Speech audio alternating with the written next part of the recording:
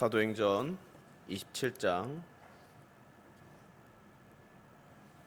20절에서 26절 말씀을 제가 먼저 봉독하고 교독하신 후에 마지막 절 26절을 합독하도록 하겠습니다. 제가 먼저 봉독합니다. 여러 날 동안 해도 별도 보이지 아니하고 큰 풍랑이 그대로 있음에 구원의 여망마저 없어졌더라.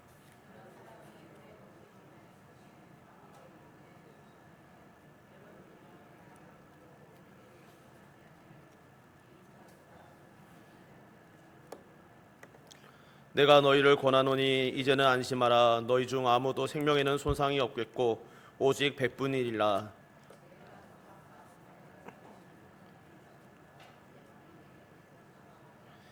바울아, 두려워하지 말라. 내가 가이사 앞에 서야 하겠고 또 하나님께서 너와 함께 항해하는 자를 다 내게 주셨다 하였으니 안심하라. 나는 내게 말씀하신 그대로 들을. 함께요. 그런즉 우리가 반드시 한 섬에 걸리리라 하더라. 아멘. 교회 소식 전해드립니다. 오늘은 교사 주일입니다. 오늘 참 우리의 참 스승이신 삼위 하나님과 또 다음 세대를 위해 수고하는 교사들에게 감사하는 하루가 되기를 소망합니다. 또 오늘 저녁 예배는 여전도의 헌신 예배로 드립니다. 위에서 함께 기도해 주시기 바랍니다. 5월 25일에는 전교인 야유회가 예정되어 있습니다. 위에서 기도해 주시고 함께 동참해 주시기 바랍니다. 오늘도 이 자리에 나오셔서 함께 예배드리는 모든 성도님들께서 오늘 말씀과 또 모든 예배를 통하여 은혜 받으시고 또 평강이 충만하시기를 주님의 이름으로 축원합니다. 오늘 본문은 다 읽지는 못했지만 27장과 28장을 아울러서 함께 보고자 합니다.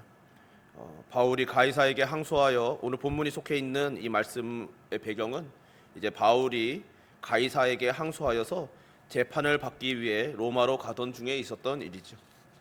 이전에 바울은 예루살렘에서 소란에 휩쓸렸고 로마군에 의해 구출 및 감금되었다가 정치적인 이유로 가이사랴에 2년여간 구금되어야 했습니다. 그를 향한 유대인들의 증오는 깊어져서 바울을 죽이고자 하는 수고가 점점 힘을 얻어가던 때 총독과 분봉왕 앞에서 바울은 가이사 즉 로마 황제에게 호소합니다. 이후 그들이 나눈 말은 가이사에게 호소하지 않았더라면 무죄 방면할 수 있었다. 즉 바울의 무죄함을 이야기하였던 것이죠. 그렇게 바울은 로마로 가게 되었고 사도행전은 로마로 가는 바울의 여정을 기록하며 마치게 됩니다. 결국 사도행전은 주님께서 말씀하신 대로 복음이 예루살렘에서 시작하여 땅끝까지 이르게 되는 과정을 보여주는 것이죠. 그러나 로마인들의 관점에서 보면 로마는 세상의 끝이 아니라 세상의 중심이고 로마 제국의 모든 길을 향해 뻗어나가는 출발점이기도 하죠. 그래서 사도행전의 끝은 열린 결말이 됩니다. 하나님의 나라를 전파하며 주 예수 그리스도에 관한 모든 것을 담대하게 거침없이 가르쳤더라라고 마무리가 되는 것이죠. 마치 이제 시작이고 이제 너희들의 차례라고 바톤을 넘겨주는 것 같기도 합니다. 마치 그런 것들을 염두에 두고 오늘 말씀을 함께 살펴보기를 소망합니다. 27장은 아드라무떼노 배를 타고 가이사랴에서 출발하여 소아시아 무라에서 큰 배인 알렉산드리아 배로 갈아타고 유라굴로라는 광풍을 만나 표류하게 되는 이야기를 들려주죠. 폭풍, 파선, 생존의 이야기입니다. 주요 등장인물들을 보면 먼저 율리오라는 제수 후송의 책임자가 즉 로마의 백부장이 등장하죠. 그가 속한 아구스도 부대는 1세기에 수리아 혹은 시리아라고 불리는 지역에 주둔하던 부대였는데 이 부대의 백부장 율리오는 자기가 후송하는 제수인 바울에게 매우 호의적이었다라고 3절에 기록합니다. 그리고 나중에는 존경심까지 드러내는 인물이죠. 그가 호송하는 제수는 바울만이 아니라 다른 제수 몇 사람이 함께 있었는데 그 시대적인 배경을 고려하면 아마도 로마의 검투 경기를 위해서 보내지는 노예 혹은 제수들이었을 것으로 생각됩니다. 바울은 그러니까 당시 제수 후송하는 사례에서 매우 드문 사례였던 것이죠. 법률상 가이사에게 호소하는 것은 보장된 법적 권리였지만 그 권리를 실제로 행사하는 경우는 드물었기 때문입니다. 그러니 율리오에게 바울이라는 존재는 매우 이례적인 존재이고 때로는 배려가 필요한 존재였고 그를 위한 재판 기록과 서류들도 함께 이송되어야 하는 특별한 제수였습니다.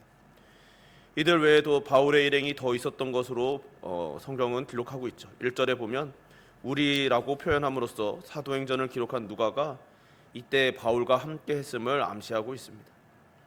그렇다면 누가는 바울이 겪었던 이 풍랑과 생존의 이야기를 전해 듣고 쓴 것이 아니라 자신이 직접 함께 겪은 일이고 자신의 경험을 생생하게 기록한 것이 되죠. 그리고 또 한 사람의 이름이 등장하는데 마게도냐의 데살로니가 사람 아리스다고입니다. 그는 바울의 2차 전도 여행 때 데살로니가에서 회심한 사람으로 여겨지는데 그 후 바울의 3차 전도 여행에 동행했고 에베소에서는 폭동이 일어났을 때 그 폭행을 당했던 사람이기도 합니다. 그리고 바울이 예루살렘에 돌아갈 때 그는 데살로니가 교회를 대표해서 바울과 동행했다라고 사도행전 20장에 기록되어 있습니다.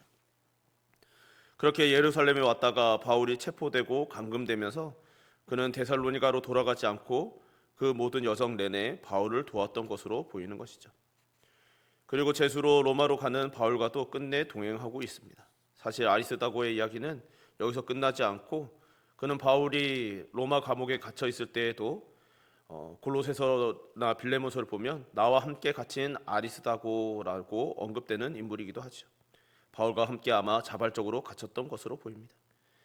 바울은 혼자가 아니었던 것이죠. 그에게는 신실한 믿음의 친구들, 동력자들이 있었습니다. 모진 인생의 시간에도 말이죠. 그뿐 아니라 가이사랴에서 출발하여 시돈에 잠시 정박했을 때 바울을 기다리는 친구들이 있었다라고 3절은 기록합니다. 이에 율리아는 바울이 친구들에게 대접을 받을 수 있도록 허락해 주죠.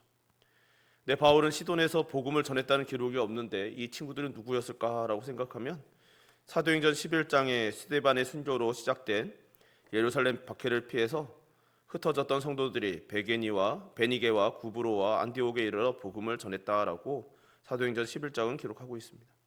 그리고 아마 그때 복음이 시돈에 전해졌을 것으로 여겨지는 것이죠. 그리고 그로 인해서 믿는 형제들이 생겼을 것으로 또한 추정됩니다. 그러니까 여기서 친구들이라 하는 것은 믿음의 형제들이고 아이러니하지만 바울이 사울이었을 때 그 박해로 인하여서 피하였던 이들의 흔적인 것이죠. 그들은 제수로 로마로 호송되어 가는 바울을 짧은 시간이었을지라도 극진하게 대접함으로써 정말 어쩌면 뜻하지 않은 위로가 되었을 것이고 또한 그 주 안에서 이전이 아니라 이후로 주 안에서 한 형제 되었음을 확실하게 보여주는 흔적이 됩니다. 이후 로마로 향하게 되는데 이 항해 기록이 매우 자세하게 기록되어 있습니다.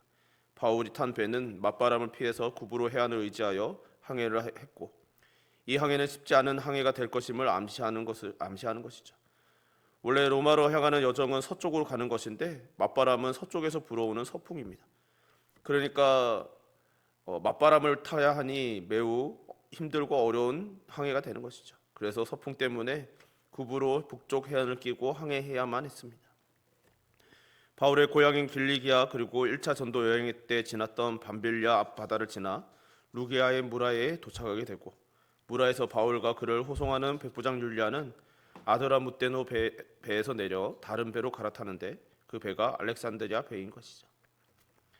이 알렉산드리아 배는 알렉산드리아에서 곡물을 싣고 로마로 향하는 배를 말하는데 이때 사도행전 27장 37절은 이 배에 탄 인원이 276명이었다라고 기록합니다.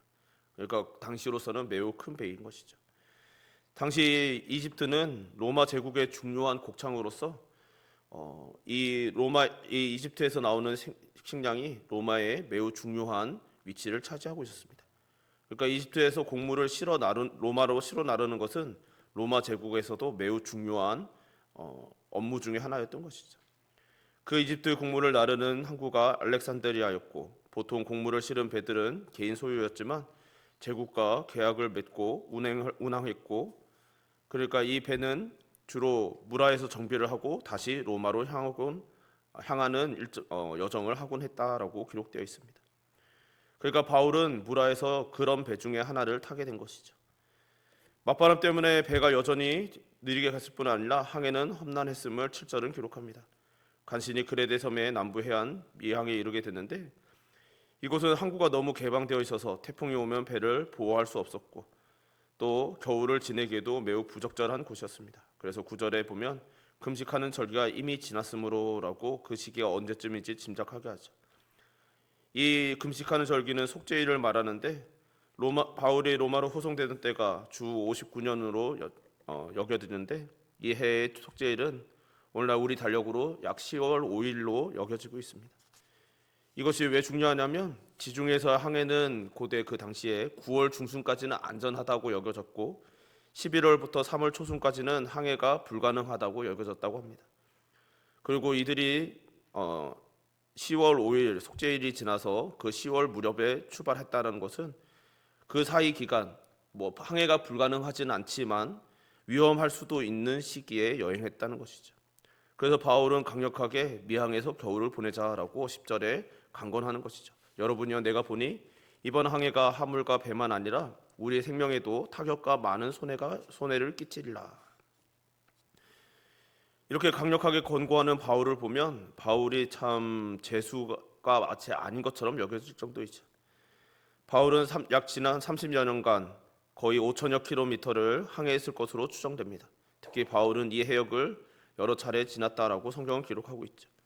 그러니 이 바울의 조언은 상당히 많은 경험, 노련한 여행자가 하는 조언이었습니다. 하지만 로마 제국이 세를 내어 빌린 배였고 결정권을 가진 자는 백부장이었고 백부장 율리오는 그 항구가 겨울을 지내기에 불편하기 때문에 베니스에 가서 겨울을 지내자라는 선장과 선주의 말을 믿었습니다. 그래서 베니스로 향하게 된 것이죠. 백부장이 베닉스로 가서 겨울을 지내기로 하였을 때 마침 남풍이 불고 있었기 때문에 그들은 자신들의 뜻대로 된다고 판단했고 닷을 감아 그레데 해변을 끼고 베닉스로 향해 출발했습니다. 그럼 얼마 되지 않아 섬 가운데로부터 큰 강풍이 일어났고 배는 바람에 밀려 표류하고 이 강풍을 누가는 유라굴로라고 부르고 있습니다. 동풍이라는 단어이죠. 그리고 강력한 동풍을 의미하는 헬라어 유로스와 북풍을 의미하는 아킬로라는 단어의 합성어입니다. 그러니까 강력한 동풍이 불었던 것이죠. 그래서 그레데 섬의 남쪽 작은 섬 가우다 아래로 지나 간신히 거루를 끌어올리고 선체 전체를 줄로 둘러 감아 깨지지 않게 합니다. 그리고 그들은 모래톱에 걸릴까 두려워서 돛과 닷 같은 연장들을 내리고 배가 바람에 떠밀려 가게 하였습니다.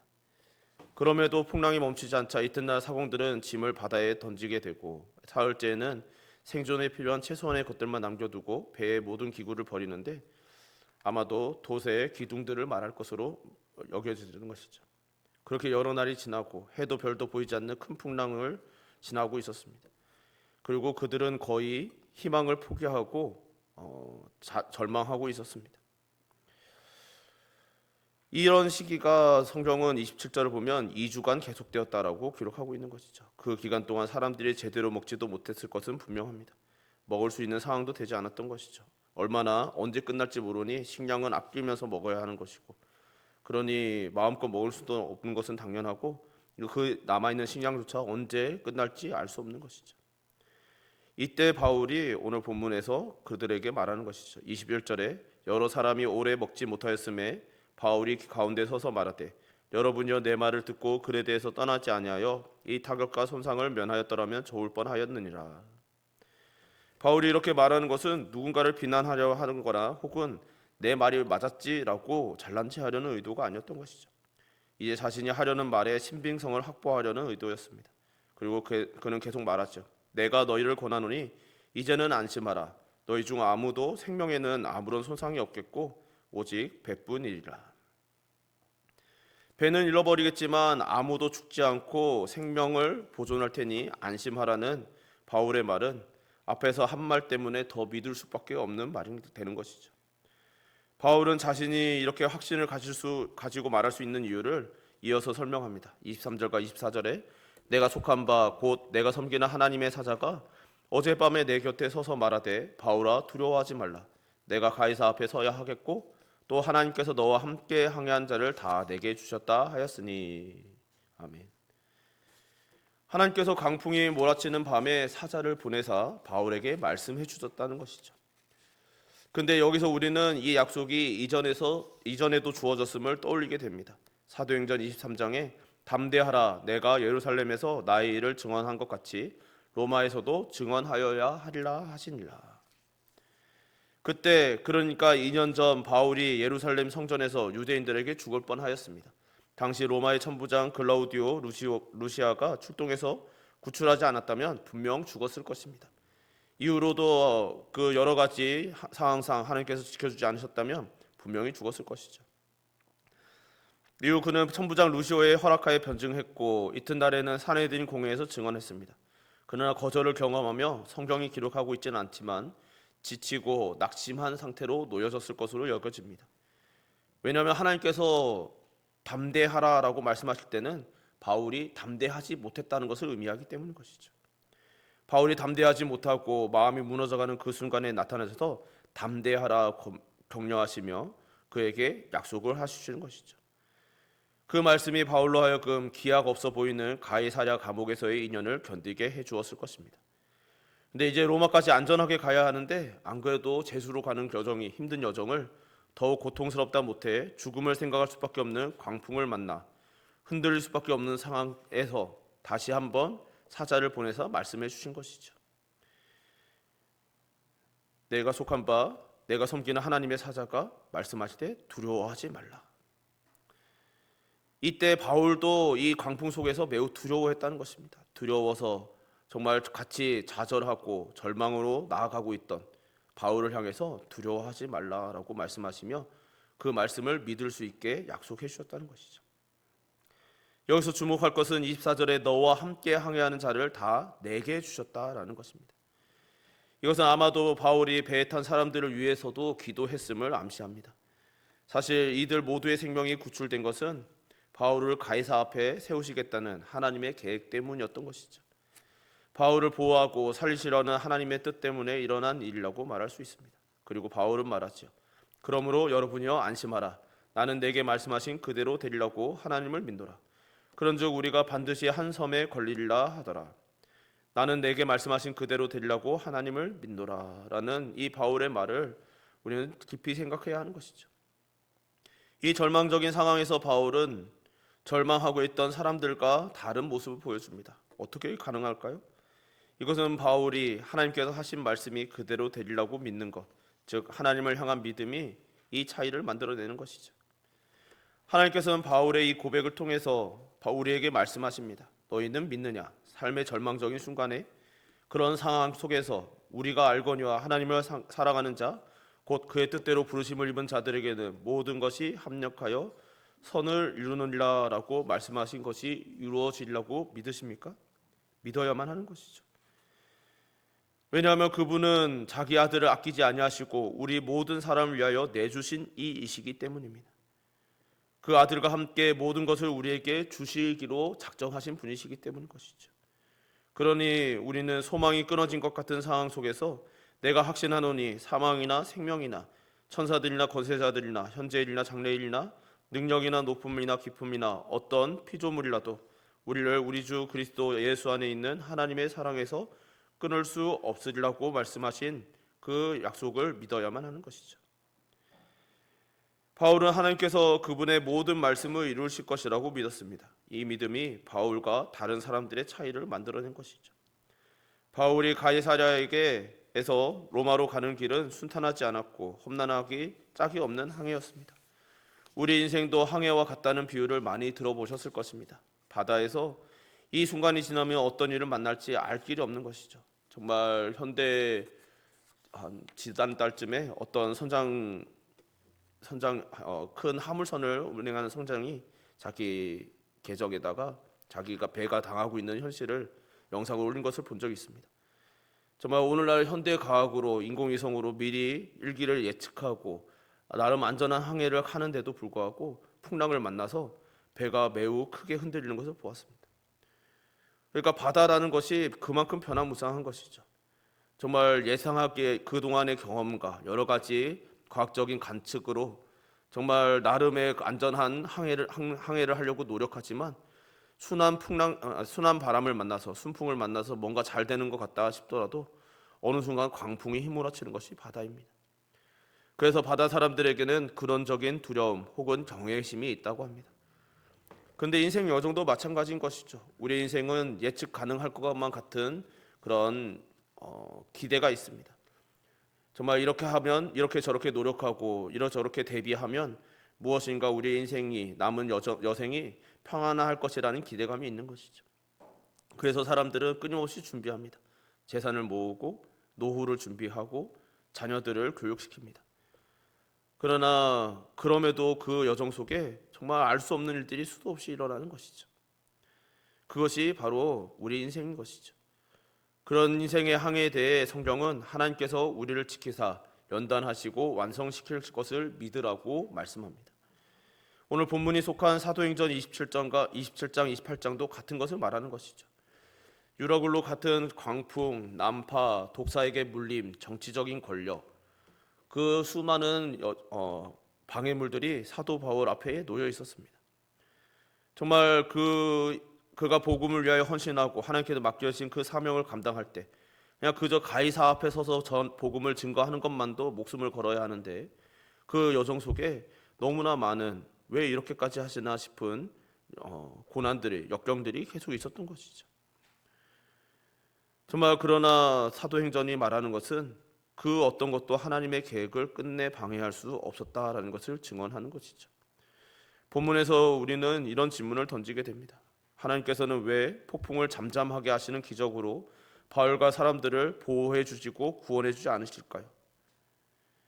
하나님께서는 바울에게 약속하셨을 때 폭풍을 멈추게 해주셨으면, 잠잠하게 하셨으면 정말 그 모든 이들이 그 기적의 하나님을 찬양하고 예배할 수 있었을 것 같은데 정말 2주 동안이나 고문하듯이 시련을 주신 후에 간신히 그들의 몸만 해변에 닿게 하셨을까라는 것이 많은 이들의 의문인 것이죠.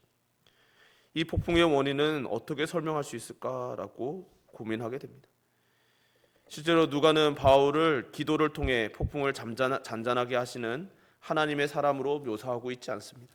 오히려 누가는 바울을 그의 충고를 따랐어야 했을 경험이 풍부한 여행자로, 그리고 배에 탄 사람들의 안녕과 관심이 있고 그 안전에 관심이 있고 하나님의 계시를 받으며 그들에게 소망을 줄 수 있는 하나님의 종으로 묘사하고 있죠. 그리고 성도는 난파선과 같은 세상에서 이런 존재들이라는 것을 들려주는 것 같습니다. 오래전에 어떤 목사님께서 이 세상은 이미 침몰이 확정된 난파선이라고 비유하시는 것을 들은 적이 있습니다.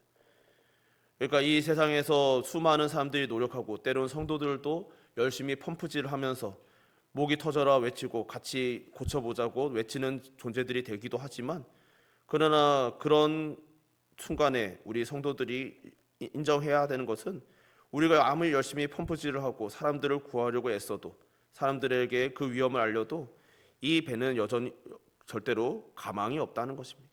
그러니 결국은 아무리 펌프질을 하고 아무리 외쳐도 결국 탈출해야 되는 곳이 이 세상이라는 것이죠.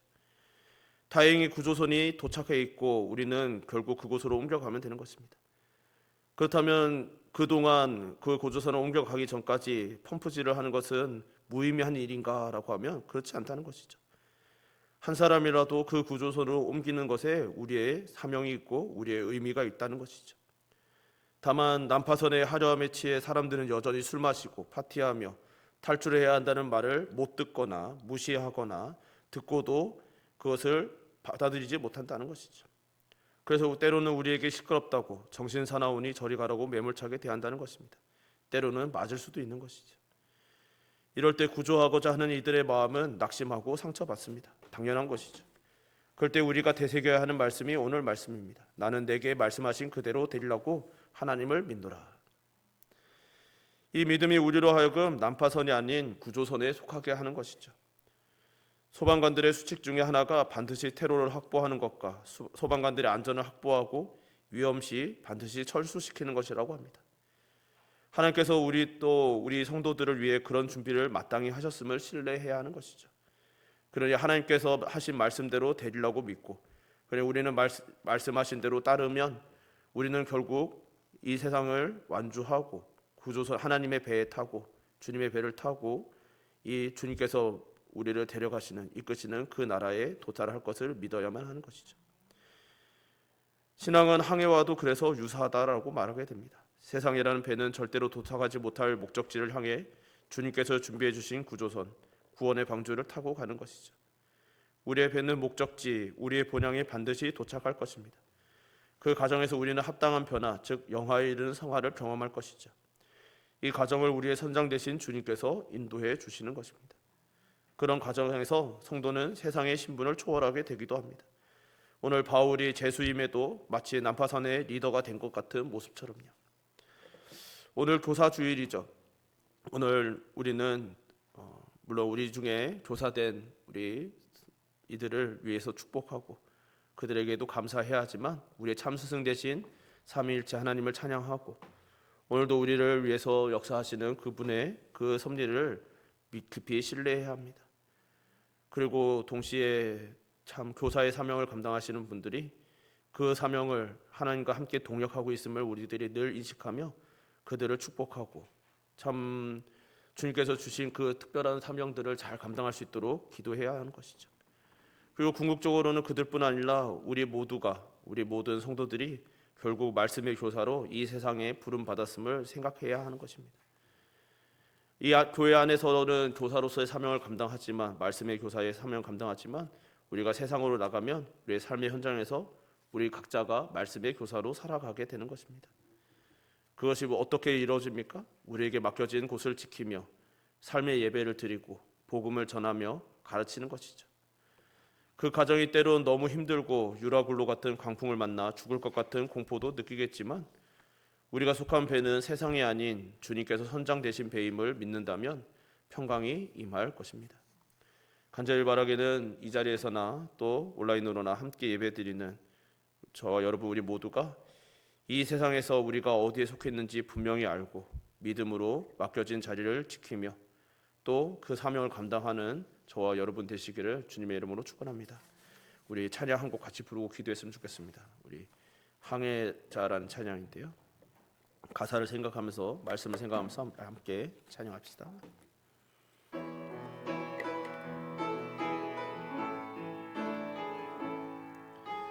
나 비로소 이제 깊고 넓은 바다 간다. 두려움에 떨고 있는 내 손을 주는 결코 놓치지 않으셨다. 나 비로소 이제 폭풍우를 뚫고 간다. 비바람에 흔들리는 나약한 나를 잡아주시는 그분은 나의 주님. 주 나를 놓지 마소서. 이 깊고 넓은 바다에 홀로 내 삶의 항해의 끝이 되시는 주님이시여. 난 의지합니다. 날 포기하지 마소서. 나 잠시 나를 의지하여도 내 삶의 항해의 방향을 잡아 주시옵소서. 우리 함께 기도합시다. 기도하실 때 정말 주님께서 우리의 선장 되심을 이 시간 깊이 고백했으면 좋겠습니다. 정말 찬양 가사도 그러하고 또 오늘 본문도 그러하듯이 우리는 이 세상을 살아가면서 이 세상이라는 배를 타고 때로는 항해하고 있는 중인 것이죠. 그러나 우리가 이 세상이라는 배에 타고 있다고 해서 우리가 이 세상의 배의 선원인 것은 아닙니다. 주님께서 이 세상이라는 배 옆에 이미 침몰하고 마침내 침몰하고 말 이 세상이라는 배 옆에 주님의 구원의 방주를 준비해 두셨습니다. 우리는 그곳 소속이에요. 잠시 이 배에 머물고 있고 이 세상이라는 배에서 우리가 때로는 무의미해 보이는 펌프질을 하고 있고 무의미해 보이는 정말 아무도 들어주지 않는 것 같은 이 배를 탈출해야 된다고 정말 우리가 구원의 방주 되신 주님께 넘어가야 된다고 아무리 외쳐도 외면받는 것 같습니다. 그럼에도 불구하고 우리는 낙심할 수 없는 것이죠. 우리의 펌프질이 무의미한 것도 아니고 우리의 외침도 무의미하지 않습니다. 왜냐하면 주님께서 그렇게 내버려 두지 않으시니까요. 그리고 우리는 절망하는 이 세상이란 배 때문에 낙심할 수도 없는 것이죠. 왜냐하면 그 배가 우리 배가 아니니까요.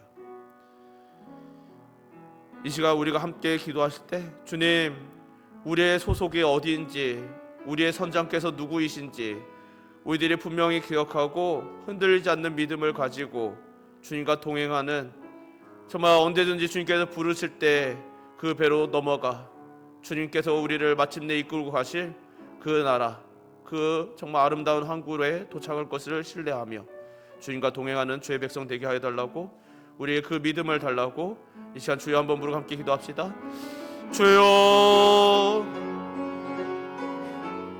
아버지, 우리가 이 세상에서 살아갈 때 성도로 살아내는 것이 너무나 힘겹습니다. 주님, 우리 모두가 이 세상에서 교사로 부름을 받아 이 교회 안에서도 주님께서 맡겨주신 교사의 사명을 감당하지만 또 나아가며 우리 모두가 함께 그 교사의 사명을 감당하며 세상을 가르치고 세상에게 주의 말씀을, 주의 도를 전해야 하고 정말 진짜 구원이 어디에 있는지, 우리의 생명이 어디에 있는지 그들에게 알려줘야 할 사명이 우리에게 있음으로 인하여 우리는 오늘도 이 세상이란 배 위에서 주 아래마에 머물며 기도하고 예배하고 또 아래마에 복음을 전합니다. 주 아래마에, 그런데 이렇게 살아가는 삶이 너무나 힘겨워서 때로는 아래마에 이 세상이란 배가 침몰하는 것이 너무나 선명히 보여서 두렵습니다. 침몰하고 있는 그 소음이 너무나 시끄럽고 주 아래마에 공포스럽고 때가는 배가 너무 크게 흔들리는 것 같고, 주여 그 흔들리는 배 위에서 주 아래마에 그 바다로, 절망의 바다로 빠질 것만 같은 주 하나님의 두려움이 우리에게 때때로 임합니다. 그럴 때 우리들이 신뢰해야 하는 것은 우리의 선장 되신 하나님을 신뢰해야 된다는 것임을 믿게 하여 주옵소서. 우리의 선장 되신 하나님께서 우리를 위험한 곳으로, 우리를 구하지 못하실 곳으로 주여 우리를 보내신 것이 아니라 우리를 충분히 구하시고 안전하게 하시고 주 하나님 마침내 우리로 하여금 구원의 방주로 오늘타 주 하나님 아버지 여호와의 나라, 하나님의 나라, 여호와의 존전에 도착하게 하실 것임을 우리들이 마침내 신뢰하게 하여 주시고, 때때로 우리의 눈앞에 보이는 그 어묵한 풍랑과 주 하나님의 흔들리는 배와 주 하나님의 가라앉는 그 현실을 바라보며 주 하나님의 절망이 임할지라도 하나님을 바라보며 하나님께서 우리에게 들려주시며 끊임없이 두려워 말라, 담대하라, 너희에게 맡겨진 사명이 있고 너에게 주어진 길이 있고 너희들이 마침내 도착할 곳이 있다고, 마침내 도착하게 될 것이라고 끊임없이 격려해 주시는 그 말씀을 믿음으로 우리의 마음에 평강이 임하게 하시고 흔들리지 않게 하시고 주 하나님 아버지께서 주시는 그 은혜가 있게 하여 주시옵소서. 살림하신 하나님 아버지, 오늘도 이렇게 저희들 불러주시고 주님 말씀 가운데 서게 하심을 감사드립니다. 우리들이 하나님을 더욱더 신뢰하기를 소망합니다. 정말 이 세상에는 배에 갇힌 것처럼 느껴지고 정말 이 배의 끝내 이 배와 함께 침몰할 것만 같은 두려움이 우리에게 엄습한다 할지라도 바울에게 말씀하시듯이 담대하라, 두려워 말라라고 거듭 말씀해 주셨듯이 우리에게 끊임없이 들려주시는 두려워 말라, 담대하라, 내가 너희와 함께 하겠고 너희는 내가 준비한, 내가 맡긴 그 모든 자리를 지킬 수 있을 것이고 마침내 완주할 것이라는 하나님의 말씀을 늘 듣게 하여 주시고, 그로 인하여 우리의 마음이 평강하게 하시고 그로 인하여 주님께서 우리에게 주신 모든 사명을 능히 감당하게 하여 주시옵소서. 이를 위해 수고하는 모든 교사들과 또 하나님 아버지, 세상에서 그 모든 사명을 감당할 모든 주의 백성들을 주님께서 오늘도 지키심에 감사드리오며 예수님 이름으로 기도드립니다. 아멘.